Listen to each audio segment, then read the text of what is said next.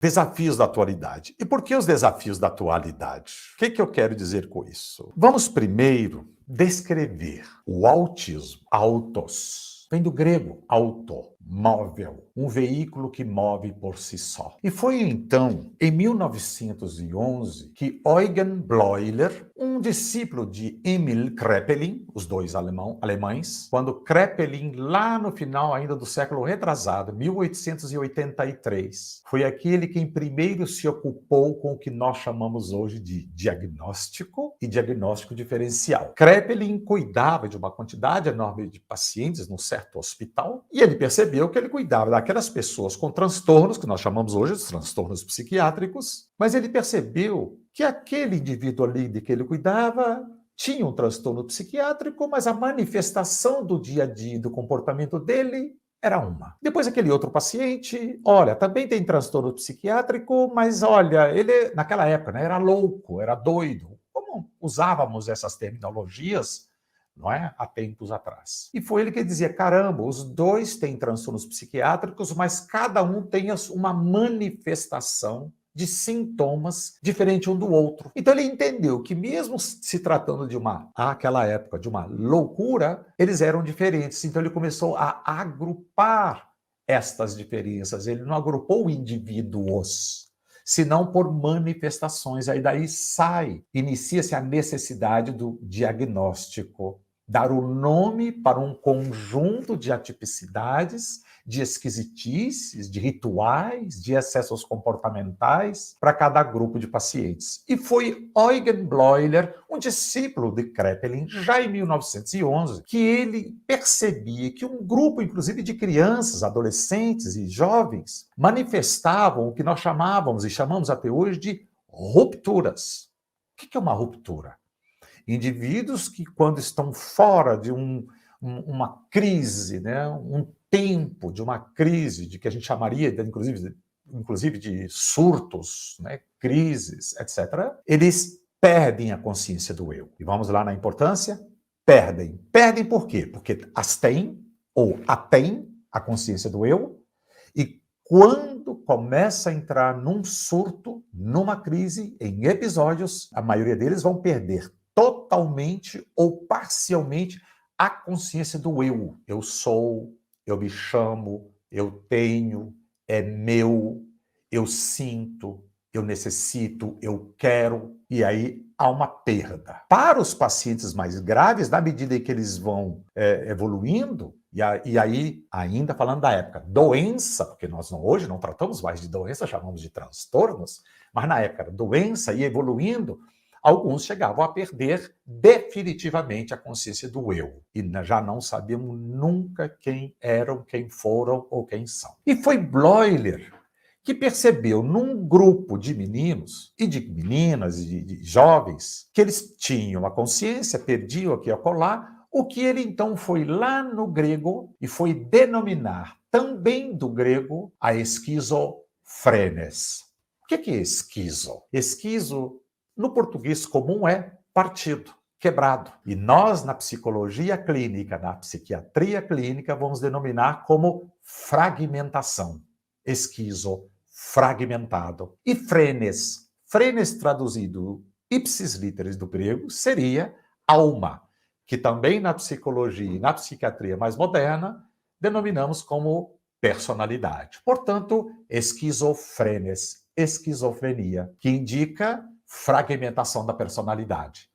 Só que mesmo os subtipos de esquizofrenia, que ao longo do tempo nós fomos aprendendo que dentro da esquizofrenia nós temos vários subtipos, como esquizofrenia simples, que é a mais grave, depois a hebefrênica, cujos indivíduos são absurdamente inteligentes, mas de vez em quando se perdem pela tanta inteligência e vão entrar em crises. Depois nós temos a catatônica, a esquizofrenia catatônica, e, por final, um quarto grande subtítulo, existe ainda uma quantidade enorme ainda de outros subtítulos, nós temos, então, a esquizofrenia paranoide, a paranoia.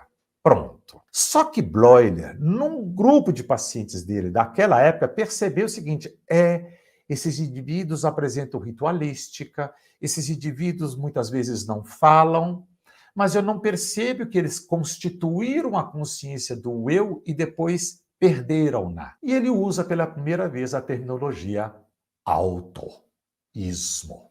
Autoísmo. Auto, por si só. Como eu dizia antes, automóvel. Um veículo que move por si só.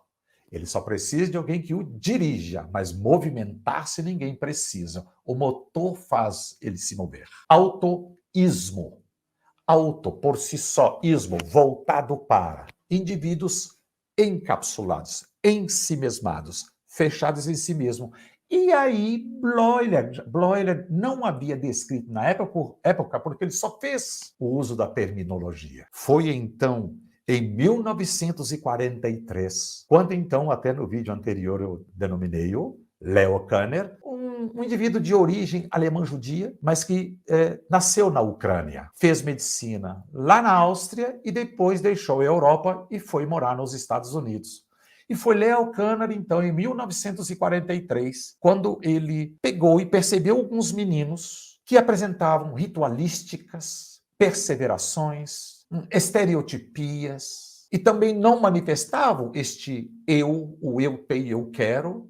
E a diferença é que ele foi perceber, mas ele não percebeu com tanta clareza, tanto é que ele não classificou isso, a gente foi descobrindo isso ao longo dos anos, depois das décadas, que esses indivíduos não adquirem a consciência do seu próprio eu. Então, desde o nascimento, autismo, ninguém se torna autista. A pessoa já nasce com. E na medida que ele vai evoluindo, alguns sintomas vão aparecendo, porque é quando chega uma época da evolução humana, do desenvolvimento humano, quando o indivíduo deveria estar executando, aprendido, mais uma etapa de evolução da sua vida, ele não vai apresentar.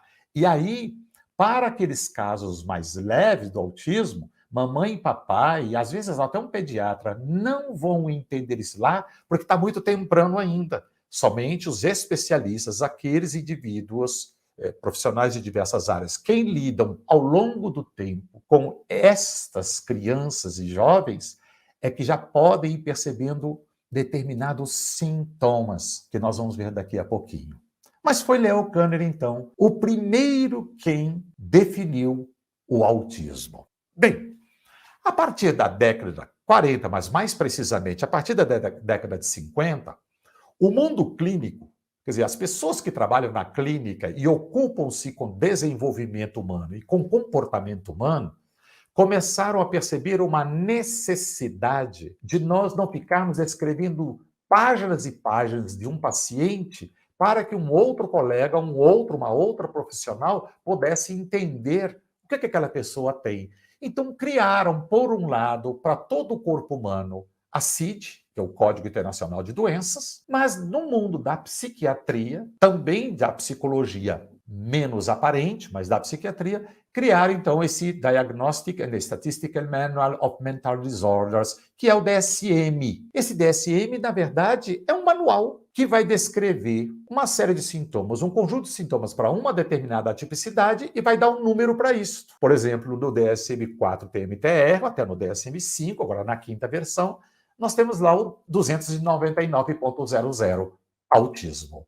Aí veio o primeiro, o DSM-1, depois veio o 2, que é uma revisão melhorada, depois veio o 3, aí no 3 teve o DSM-3-TM, que é texto modificado, depois apareceu o DSM-4 ao longo das décadas, já no início ainda desse século, aí DSM-4-TM, texto modificado, TR, texto retificado, que foi a última versão, quando surge, então, a partir do finalzinho ali de 2008, 2009, mais precisamente 10 e 11, no mundo os pesquisadores criaram, então, a mais moderna versão do DSM-5, a quinta versão. E aí começamos a ter problemas, porque houve uma série de interferência na construção do DSM-5, houve também, aparentemente, interesses das indústrias farmacêuticas, de determinados governos com determinados interesses nos seus ministérios de saúde, portanto, houve outras interferências mais do que só a científica. E quando sai o DSM-5, que definitivamente, com tradução, tudo perfeito, distribuição no Brasil foi 2013, 2014, é que então o mundo passa a fazer uma confusão enorme no conceito do autos, no conceito do autismo. Inclusive, uma boa parte dos pesquisadores de longa tradição, de trabalhos de décadas, da construção dos diversos manuais e das suas renovações, das suas modernizações, eles discordaram dessas interferências não científicas e abandonaram este trabalho de décadas. Eu não pertenço ao grupo, sempre acompanhei, sempre estive perto, mas eu fui um deles. Tanto é que, respeitosamente, mas as pessoas que trabalham comigo, as pessoas que estudam comigo, eu continuo usando ainda o DSM-4 TMTR. Por quê? Porque no DSM-5 colocaram uma série de atipicidades que têm, vamos dizer assim, similaridades com outras, mas têm origens diferentes, portanto, etiologias diferentes e tem prognóstico. Quando você projeta lá na frente da evolução do indivíduo, prognósticos diferentes. Tanto é que se tornou tão confuso, porque deram um nome de transtorno do espectro autista, espectro é ter um pouco daqui, um pouco dali, espectra isso, aquilo, que hoje nós temos no mundo, inclusive, gente dizendo que Lionel Messi, o argentino, jogador de futebol, é autista. E ele não é autista coisa nenhuma. Nós temos aí o Anthony Hopkins, um grande ator de categoria internacional, mundial. Tem gente dizendo, o Anthony Hopkins também é autista. E ele não é autista coisa nenhuma. Nós já temos hoje, inclusive, eu recebo, inclusive tenho famílias de meninos com autismo que eu cuido, que muitas vezes até a esposa dele fala, doutor, mas o meu marido também é autista. Descobriu que ele é autista aos 38 anos de idade, aos 48 anos de idade, descobriu que ele era autista. E essa é uma confusão enorme, sabe por quê? Porque é uma diferença, para mim, conceitual bem delicada. Um fenômeno é você ter dificuldades no contato social, dificuldades entre o mundo interno e o mundo externo, esta relação dual, não é? Dialética, o externo dentro, o interno fora, fazendo esta, vamos dizer assim, dialética no contato com o mundo e consigo mesmo. Então, um conceito para mim é dificuldade. O outro conceito é impedimento. Esse que é o ponto central. E é por isso que eu, respeitosamente, e não vou convidar ninguém que vão, vocês também não. Eu entendo melhor. E sabe por que é? Porque há uma diferença enorme, como eu disse, tanto na etiologia de cada uma dessas atipicidades, e uma diferença, por exemplo, não só da dificuldade, mas impedimento. Então, quando surge o DSM-5, eu não pude acompanhá-lo, tanto é que em 2016, com uma colega que tinha sido aluna minha há 30 anos atrás em psicologia, já fez mestrado, e eu estava elaborando já um livro que estava praticamente pronto, mas aí é tanta clínica, é tanta demanda, até porque alguns colegas sabem, não é, que eu vivo uma parte aqui, uma parte na Alemanha, então eu atendo famílias na Áustria, na Suíça, na Alemanha, e inclusive cuido de uma menina com Rett na Polônia, aqui no Brasil, vários estados brasileiros, na verdade todos os estados brasileiros, e aí eu não tive, infelizmente, estava terminando meu terceiro pós-doutorado e foi quando eu percebi o seguinte, não vou dar conta, eu vou cuidar mais da clínica, mais dos meninos e meninas e famílias. E aí deixei mais um capítulo que esta colega, junto comigo, elaboramos prontinho, só faltava a revisão. Nós, então, fazíamos uma discussão justamente dessas discordâncias técnicas, nada emocional, nada virtual, sobre os conceitos que nós não podíamos misturar, por exemplo, ASPEH, com autismo de alto funcionamento, que é inclusive o que nós vamos ver daqui a pouquinho no próximo slide. O fato é que, muito rapidinho, o mundo da ciência percebeu que havia-se um engano. Já está saindo aí o DSM-5R, retificação, e está fazendo meio cosmeticamente, deu uma pequena melhorada para dirimir essa confusão que andamos fazendo, porque hoje basta o indivíduo fazer uma estereotipia, é autista. Basta ele ter dificuldades de contato olho a olho, é autista. E não é tão bem assim. E ainda para dificultar mais ainda, quando nós vamos para o diagnóstico diferencial, nós vamos perceber que nós não conseguimos, e olha que eu cuido de pessoas com autismo desde o dia 5 de fevereiro de 1975, às 10 horas da manhã. Eu tive um estágio que eu ia fazer numa instituição a 34 quilômetros de Münster, onde eu estudava. Tinha ali um internato de crianças com vários tipos de deficiência, atraso no desenvolvimento neuropsicomotor, e tinha também autistas. E quando eu chego naquela instituição para iniciar um estágio supervisionado de 5 semanas, o médico psiquiatra, doutor Herbert Max, quem ia orientar o meu estágio, ele me disse, Refaciol, o senhor é brasileiro? Sim, então, não, eu tenho aqui a ficha do senhor, só vai começar hoje, são 5 semanas, acabei ficando 5 anos lá. Fiquei 5 anos, era para fazer 5 semanas e fiquei 5 anos, porque ele então me apresenta, me leva a uma das alas dos internos e me mostra então Melanie. E ele aí havia me dito, síndrome do autismo, ela tinha síndrome do autismo. E como eu tive o privilégio de estudar praticamente 11 anos em colégio salesiano, e naquela época a gente aprendia latim, a gente aprendia grego, francês e inglês no ginásio, no científico, quando ele disse para mim, síndrome do autismo, síndrome, isso é grego, síndrome, um conjunto de sintomas. Portanto, não é um, não são dois, é um conjunto. Autismo. Então, fui lá no grego, alto, por si só, etc.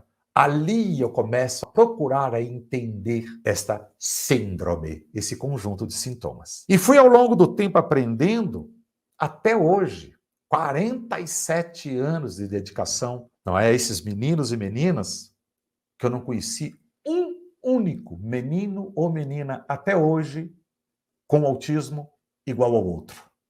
Porque cada um tem uma configuração dos sintomas diferente do outro.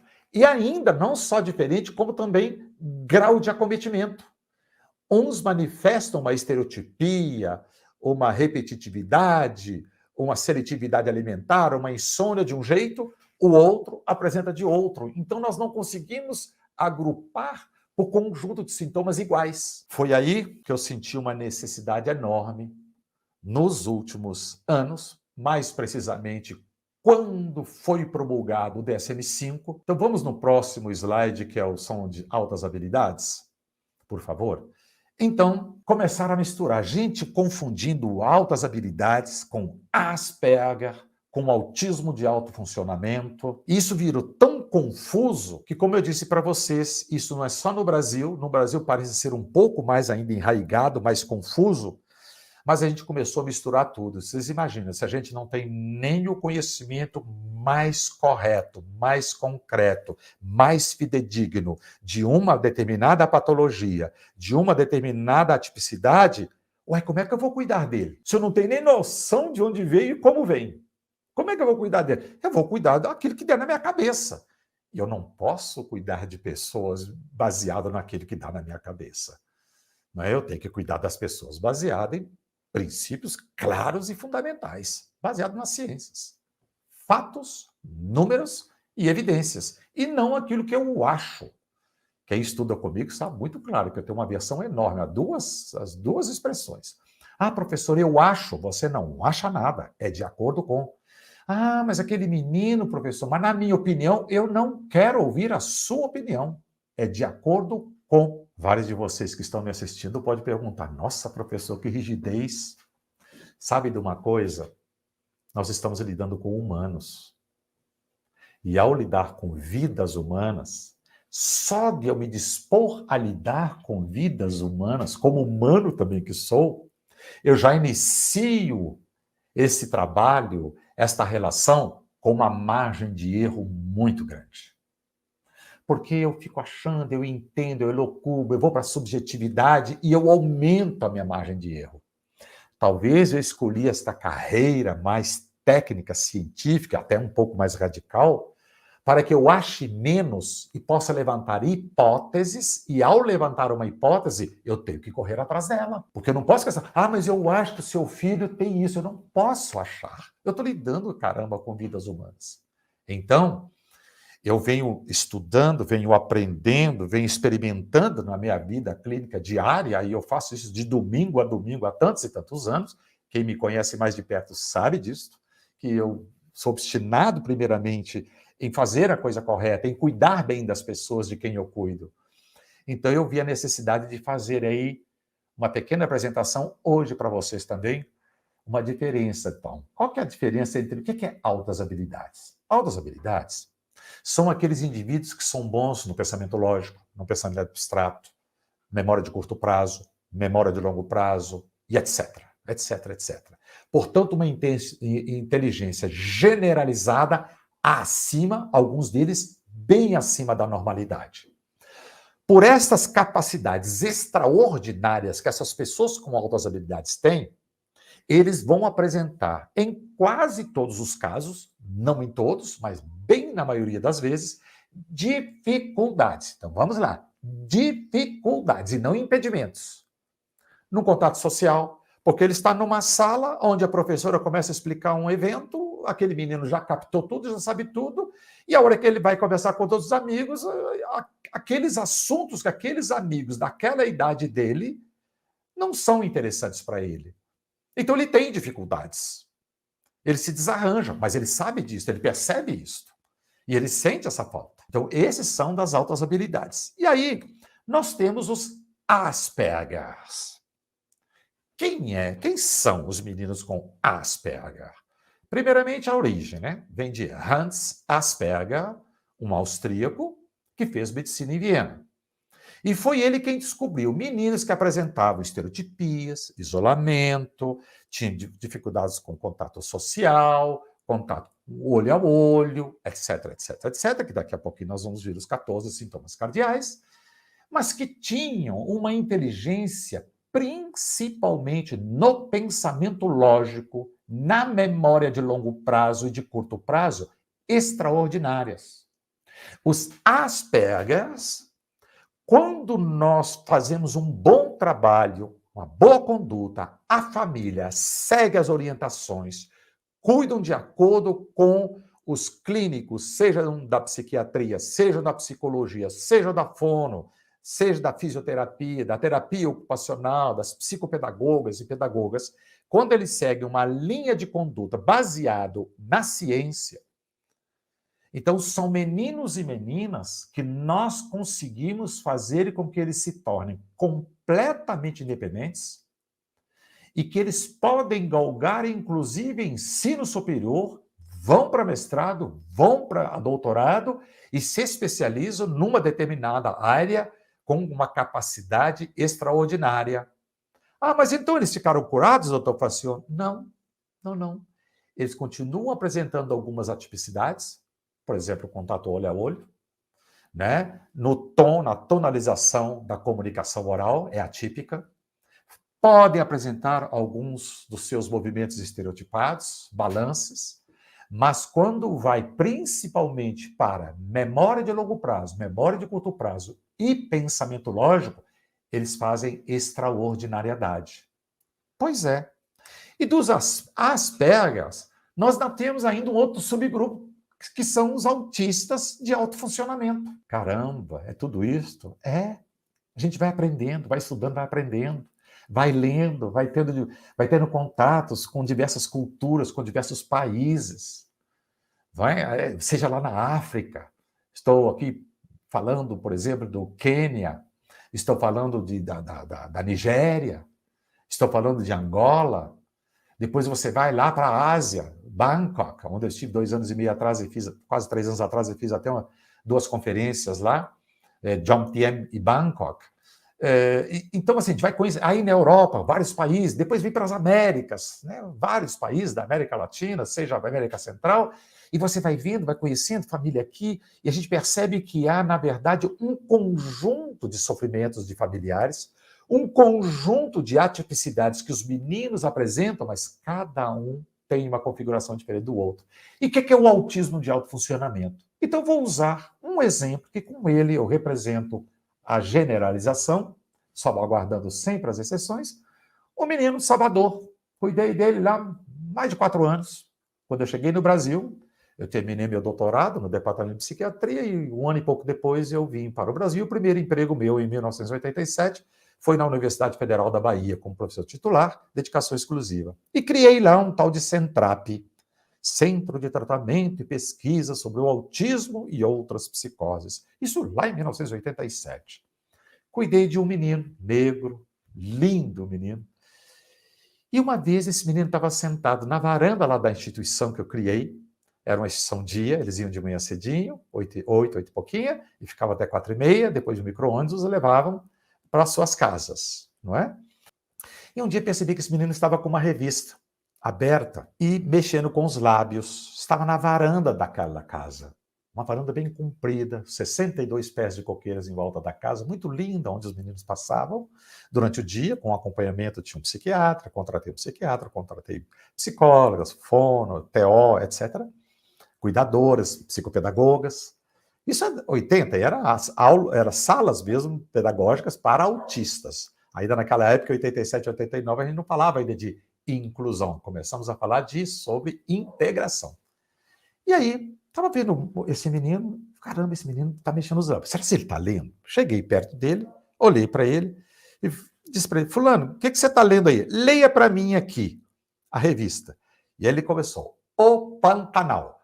O Pantanal Mato Grossense está localizado. Chamei logo Nélia, pedagoga da sala dele. Nélia, você está ensinando para os meninos a ler e a escrever? Não, assim, nós não chegamos lá ainda não. E fui descobrindo nesse menino. Ele tinha memória de calendário. Então, quando eu perguntava para ele: fulano, que dia que deu? Dia 3 de outubro, eu vou falar uma data que eu conheço com clareza, dia 9 de outubro de 1980, quinta-feira. Eu lembro dessa data porque foi a minha data do meu casamento. Dia 9 de outubro de 1980, eu me casei com Hille, lá na Alemanha. Não é? Temos 2 filhos, hoje adultos, já sou até avô de um netinho, Arthur. Então, eu me casei naquele dia porque na sexta-feira eu estava vindo para o Peru, para a Bolívia, a trabalho com alguns projetos de alfabetização, por via rádio, com o apoio dos jesuítas, etc. E, caramba, esse menino tem memória de calendário. E quando eu fui observando, ele tinha aprendido a ler e a escrever sozinho. Aí conversei, chamei a família, começamos a conversar. Famílias muito bem qualificadas, seguiam as orientações direitinho. E tornaram-se, inclusive, amigos. Nós nos tornamos amigos e eu perguntei para a mãe: Ana, o seu filho já se veste sozinho? Claro, ele se veste sozinho. Mas como é que a senhora faz? Não, ele toma banho dele, mas, doutor, ele toma banho sozinho, mas tem que ficar lá, viu? Porque senão ele abre o chuveiro, fica debaixo do chuveiro e fica lá, fazendo as suas estereotipias.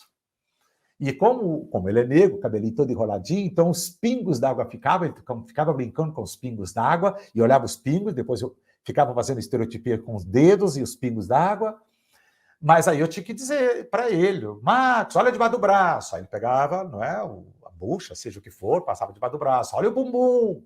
Olha, agora olha a cabeça. Portanto, ele fazia tudo autonomamente, mas com comandos. E depois, como é que fazia? Doutor, depois ele sai do banheiro, inclusive estou com um problema, que ele sai do banheiro nu, nós moramos num apartamento de frente a vários outros prédios, ele sai nu, vai lá no quarto dele, que eu já deixo a roupinha dele lá, toda arrumadinha, na cama. É só ele colocar a regata, Salvador é calor e tudo, bota a regata e a bermuda. Mas, Ana, ele veste direitinho? Não, ele não tem problema nenhum, neuromotor não, ele veste bem. Só que aquilo, eu sou curioso, sempre fui curioso, estou falando de 30 e tantos anos atrás, de caramba, como é que é? Um dia, solicitei à mãe: mãe, a senhora deixa tudo arrumadinho na cama? Sim. Então, faça-me o favor, pegue o short dele, vire só de lado e a regata dele também. Vamos ver o que ele vai fazer. No outro dia, ela disse assim: já descobri. Ele coloca a roupa do jeito que eu coloco. Então, se a regata estiver beirando aqui, ele bota com a regata, ou seja, de frente para trás. O short é a mesma coisa. Marcos Victor comia sozinho, mastigava sozinho, ele tinha memória de calendário, aprendeu a ler e escrever sozinho, já era falante, mas só respondente, ele não iniciava uma conversação. Ele sempre Marcos Victor quer água, era o máximo que ele fazia. Marcos Victor quer banana. Falava sempre na terceira pessoa, não é? E ele fazia leituras. Só que, ao mesmo tempo que ele aprende algumas extraordinariedades sozinho, por outro lado, coisas até simples, ele tinha uma dependência. Estes são as pessoas com autismo de alto funcionamento. Se vocês querem entender ainda um pouco melhor, vejam aquele filme que foi feito lá na década de 80, com o Tom Cruise e Dustin Hoffman. Na verdade, o protagonista foi Dustin Hoffman e Tom Cruise. O filme se chama Rain Man, que Rain em inglês é o chuva, o homem da chuva. Só que em português ele continuou com o nome Rain Man. Ali vocês têm clareza do que é um autismo de alto funcionamento, porque é um filme muito fidedigno ao autismo. O Dustin Hoffman, para fazer o papel do autista, ele passou mais de 3 meses dentro de uma instituição lá nos Estados Unidos, colado numa pessoa com autismo, que eu conheci, cheguei a conhecê-lo, que estava internado numa instituição. E ele, então, copiou, vamos dizer assim, ele memorizou os movimentos e fez bem fidedigno uma quantidade enorme de sintomas de um tipo de autismo que hoje nós chamamos autismo de alto funcionamento. Numa outra oportunidade, um dia que vocês forem fazer um curso, vierem a fazer um curso comigo mais longo, eu vou prolongar nessas peculiaridades, porque eu entendo que quanto mais cada um de vocês, pessoas que cuidam de outras pessoas com autismo, eu entendo, salvo o melhor juízo, de que quanto mais cada uma de vocês que estão me ouvindo agora compreenderem melhor sobre diagnóstico diferencial, mais seguranças vocês terão na construção de um projeto de modificação de comportamento com aquele menino para buscar a amenização, às vezes até a eliminação de alguns excessos comportamentais. Vamos prosseguir. Além de autismo de alto funcionamento, nós temos o autismo, que inclusive é a maioria da população dos autistas. O que é o autismo? Eu não posso chamar de autismo puro, porque eu não sei o que é pureza. Na verdade, quando eu falo até que a água é pura, tá bom, a água é pura. Mas o autismo clássico. E quem são essas pessoas? A maioria dessas pessoas, dos autistas, daqui para baixo, a maioria, em torno de 70% destas pessoas não vão desenvolver a comunicação oral, não vão desenvolver toda a sua autonomia, são pessoas que vão necessitar, estou falando ainda nos dias de hoje, estamos falando de abril de 2022, daqui 10 anos, possivelmente, já descobrimos mais coisas, daqui 20 anos, então isso que eu estou dizendo hoje já poderá não ser mais válido. Mas até agora, são pessoas que vão precisar, ao longo das suas vidas, um apoio, um acompanhamento. Alguns com pequenos empurrõezinhos só, porque vão conquistar mais perto da autonomia, uma evolução, como aqueles com mais sintomas, com sintomas mais invasivos, que vão depender mais da gente. E destes, vem aí um subgrupo, que eu vou denominar autismo com retardo no desenvolvimento neuropsicomotor. O que quer dizer isso, hein? Uma grande parte, que também perfazem a maioria do transtorno autista. E vocês observam que eu não gosto muito de usar transtorno do espectro. Eu vou mais para a originalidade, vou mais para a precisão. Transtorno autista. A maioria deles vão trazer consigo, sim, um atraso no desenvolvimento neuropsicomotor. E aí, cada um com a sua configuração. Alguns com mais sintomas típicos do autismo e um leve atraso no desenvolvimento neuropsicomotor. Outros podem trazer ainda mais sintomas, mas o atraso no desenvolvimento neuropsicomotor pode ser ainda maior, mais invasivo, com mais sintomas, chegando até a essa última parte desse slide, que são meninos que têm um retardo no desenvolvimento neuropsicomotor, inclusive eu prefiro usar, em vez do R, o A, que é o atraso no desenvolvimento neuropsicomotor, e um autismo secundário. Caramba! Para alguns que estão entrando nesse mundo do autismo hoje, ou há pouco tempo para cá, pode pensar, meu Deus, é muito difícil. Não, se vocês estudarem, discutirem, lerem, observarem os seus meninos, suas meninas, de quem vocês cuidam, sejam filhos, sejam pacientes, sejam alunos, seja quem for, vocês vão no dia a dia e com leitura e com experimento, aprendendo até isso interiorizar dentro, né? Interiorizar em vocês, entende? E não vai ser tão difícil. E por que isso é importante? Porque quando se trata de um menino que apresenta muito mais um atraso no desenvolvimento e alguns sintomas de autismo, que a gente chama então de secundário, porque eles são menores do que o atraso, então a sua conduta psicopedagógica e terapêutica vai mudar de conjunto, que nós vamos falar um pouco mais lá na frente. Então, ainda temos ainda por último, bem à parte, o transtorno de Rett. Não sabemos até hoje, mas Rett só dá em meninas. Não sabemos porque não tem meninos com Rett.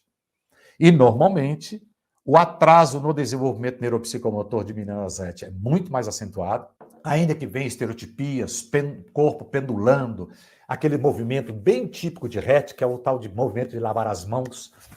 Estão todo o tempo fazendo este movimento quando não estão com as mãos ocupadas e vão se encurvando. Então, quando entram mais ainda na puberdade, na adolescência, algumas já vêm desde a primeira infância, segunda infância, mas tipicamente, a partir da puberdade e adolescência, vão começar a entortar a coluna, vão fazer uma escoliose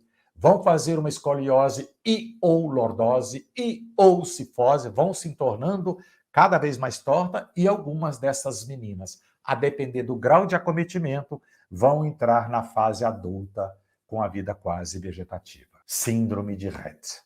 Difícil. Atraso no desenvolvimento neuropsicomotor, complicado, mas nem por isso. Não é porque é tão complicado que nós vamos abandonar. Isso nem imaginar. Porque é humano. Sempre bom lembrar disso. Qualquer tipo de humano. Discriminar uma pessoa por ser negra, por ser pobre, por ser índia, por ter uma deficiência, por ser autista, isso é coisa da Idade Média. E por mais que eu fale isso, meu Deus, em 2022 ainda temos gente que ainda discrimina essas pessoas. Vamos entrar então mais especificamente no transtorno autista. Vamos generalizar um pouquinho, vamos deixar um pouquinho os Aspergers, vamos deixar altas habilidades, que não é nem tema específico da nossa aula de hoje, mas é lembrando que existe algum outro pontinho a colar de uma ou outra semelhança, mas são completamente distintos patologias. E sabem de uma coisa também que eu aprendi nesses 47 anos? Lá ainda pela década de 80, se era Rett, se era transtorno autista, se era síndrome de Rett, se era síndrome, sei lá, de autismo de alto funcionamento, que a gente naquela época nem conhecia ainda autismo de alto funcionamento, lá para nós não importava muito não, porque nós não sabíamos ainda o que fazer. A gente, então, trabalhava empiricamente. Vamos fazer isso, vamos fazer aquilo, vamos fazer aquilo outro, vamos tentar.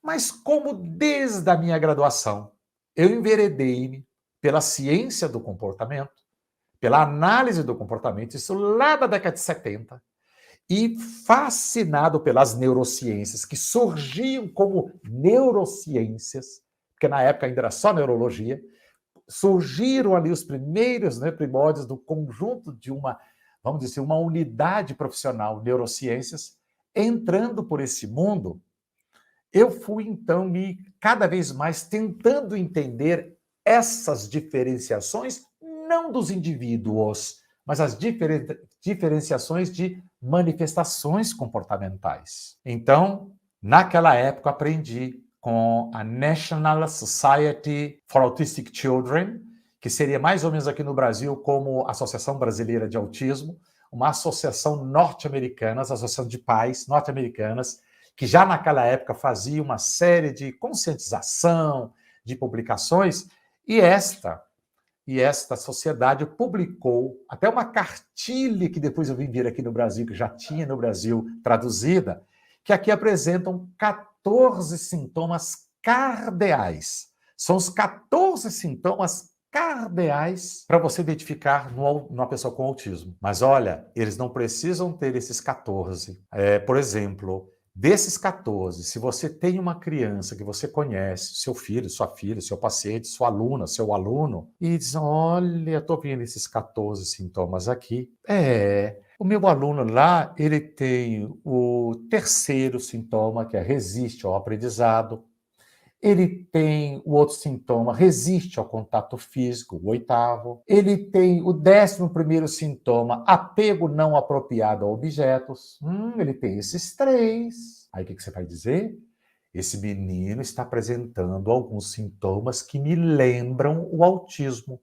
Mas 3 sintomas de 14 não são suficientes para a prescrição do diagnóstico do transtorno autista. E justamente o DSM-5 fez essa confusão, porque hoje bastou o indivíduo não olhar e fez estereotipia, transtorno autista, F84.0, quando pega a CID, ou 299.0, quando pega lá o DSM-5. E eu entendo, salvo o melhor juízo, essa é a minha linha de conduta que eu aprendi ao longo dos anos, não sou dono de verdade nenhuma, não trago comigo toda a sabedoria, quisera Deus que eu pudesse ajudar mais gente ainda, mas eu entendo, 3 ainda não perfazem o autismo.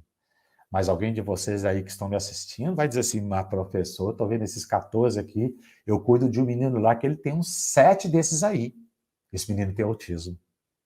E já está para moderado, 7 sintomas. Algumas vão olhar, e doutor Facio, eu tenho aqui, esse aqui eu tenho lá um menino que ele tem aí 8, 10 deles.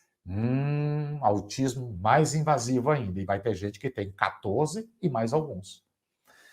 Eu não me lembro qual é a data, mas quem quiser ver no meu Lattes, entrar lá no meu Lattes, eu publiquei alguma vez aí, lá na década, acho que foi no início da década de 90 ou final da década de 80, um artigo em que eu identificava 73 sintomas típicos do autismo.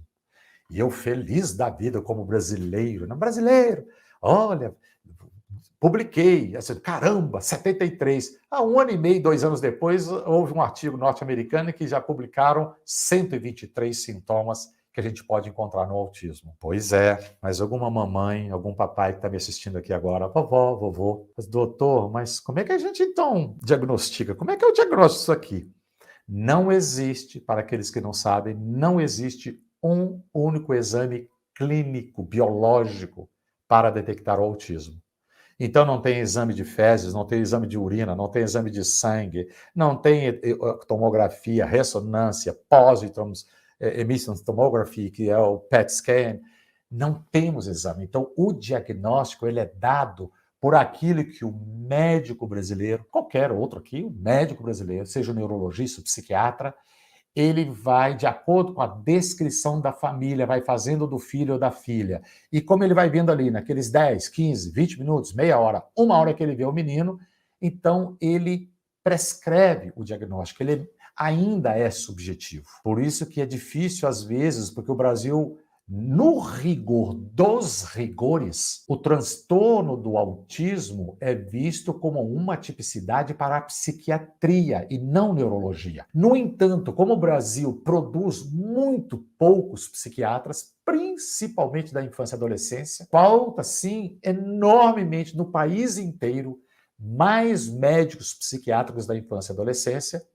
Então, quem está cuidando, a maioria dos meninos com autismo, com diagnóstico que eu tenho visto na minha vida clínica aqui no Brasil, é prescrita por neuropediatras, neurologistas. Não tenho nada contra, não. Até que bom que, pelo menos, então, um outro grupo de médicos, uma outra especificidade que está perto, não está distante.